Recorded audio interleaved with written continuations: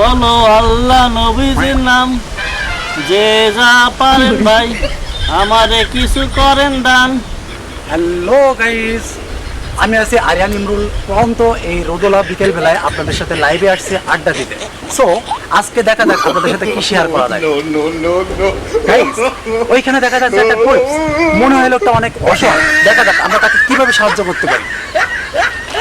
Guys, দেখা যাক আসলে লোকটা এখানে কি করছে, আমরা একটু তার কাছে ইন্টারভিউ নেই।